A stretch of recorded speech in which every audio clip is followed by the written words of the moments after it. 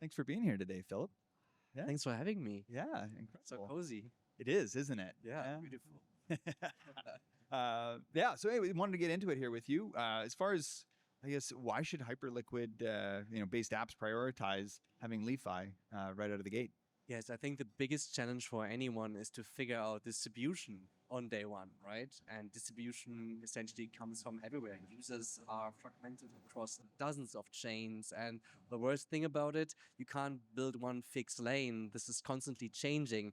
Right now they are on Robinhood chain. Maybe next week they are on Arc, right? So that means you need so many lanes inbound to your application. And we have learned in e-commerce and software as a service how important it is to convert users on the spot. And Li.Fi really makes that possible. You have access to all the DEX aggregators so people can swap out of long tail assets and then use the bridge right away. We do this within one transaction. So swapping, bridging, depositing right into your application, full chain abstraction, one transaction, higher conversion rates. You want that from day one, especially day one in this more and more competitive environment. You want to provide an outstanding user experience, and we help you doing so. Yeah. Awesome. And with Hyperliquid in itself, like, are you seeing that as just a temporary trading spot, or is there signs that capital is beginning to actually stay there longer? It is amazing to see Hyperliquid's liquidity becomes more and more sticky. We have also been seeing almost a tripling in the average transaction size into Hyperliquid from around $860 to like 2,600 over the past, since December actually. And I think, capital is more sticky, and with more and more offerings from lending, staking and whatsoever, there's also no reason to leave once you have bridge, right? So yeah, capital becomes more sticky, and that's great for the ecosystem. And yeah, it's awesome to see that it is getting stickier. And what point do you think that is becoming like a default destination for like the routing graph, rather than just like another supported ecosystem? For a routing graph, arguably you could say, hey, the day routing, the day Hyperliquid is the biggest, liquidity begets liquidity. There is no routing necessary, but that is not true, because money is being printed elsewhere, assets are being issued elsewhere, and then traded on Hyperliquid. The stronger the port, the more valuable the lanes into it, but they're still going to be fragmented, and there are many especially economic reasons for that. And so that is one big perspective on this. And another is Hyperliquid is not just Hyperliquid, it's a whole ecosystem. So the bigger the ecosystem becomes, the more important is the routing between different protocols. Get out of a position, swap into the right asset, and then get into the position, into another protocol. Like the seamless protocol to protocol conversion. Like all of this should be possible without the user having to use any intermediary swap or bridge, right? Like swapping, bridging really should be commoditized and abstracted away. And that is where Li.Fi really shines, because we have Composer, it's a virtual machine. It even makes it allows to describe whole user journeys in TypeScript. It gets compiled into bytecode that's atomically executed on chain. So really, like, as the ecosystem grows, Li.Fi still has an amazing positioning. Awesome. And we get talking deeper into routing and whatnot. Like, how does that look from the institutional grade routing, and what is like kind of these bigger players are coming in?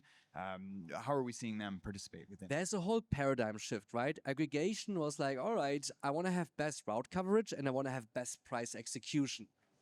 Institutions want something different. They want guaranteed execution. They want to have the same price they got promised, right? There is no room for slippage. And this is exactly what Li.Fi has been building the past two years especially. So we have been around since 21. Aggregation was the start, gave us massive distribution power with 1,200 applications actively transacting with us today. So essentially the whole industry. And the past 2 years we spent on building Li.Fi Intense. It's cross VM, it's cross transaction type. And here we really have room for guaranteed execution and service level agreements and more complex routing at the same time. And that is the difference between aggregation and institutional grade routing. Okay, great. And then with the stablecoin side of it, like with the growing variety of them that are showing up all the time, Does it make it easier, or is it more complex with that for It routing? makes it more complex, and that is obviously very good for our business. Our mission is to make $50 feel like one. Right? For us, like dollar is essentially the interface, and the stablecoin infrastructure underneath is essentially just infrastructure. And our job is to route across different clearance layers as we see Genius Act coming into yeah. Becoming active. We will also see more and more stablecoin regulation across the globe. So we're going to see more stablecoin fragmentation on a cross FX level. So there is so much to come, so much to route, and our job is really to make all of this seamless. And yeah, abstract away the plumbing. Awesome. With what's next for Li.Fi in 2026? You know, I was already alluding to it. Li.Fi is building a huge order flow marketplace across all crypto. We love trading venues like Hyperliquid, but at the same time, we see new big applications coming and being hyped every 2-3 years. If you think of DYDX back then, for example, right? So these things are happening, and we are still very, very early. The space is still finding itself, and there's room for so much more innovation. We make sure that this whole industry can thrive without having to care on what's happening at the bottom of it. And we release Li.Fi Intents in May. So for us, it's now really growing the solver network with market makers, solvers. We connect them with RWA issuers. So there is a lot of coordination, overhead, relationship management. And yeah, as routing becomes more complex with, for example, privacy preserving rails and things like that. So there's a lot to do on our end to make sure our modular system is able to plug into all these different requirements and fulfill any desk's trading mandate possible. And yeah, a lot to do. Amazing. And can you touch on the privacy side of it at all? Yes, of course. I mean, privacy is certainly something which we need at larger scale, and institutions will require it. There's a whole market in reinventing itself right now on the privacy side, from dark pools to privacy preserving rails.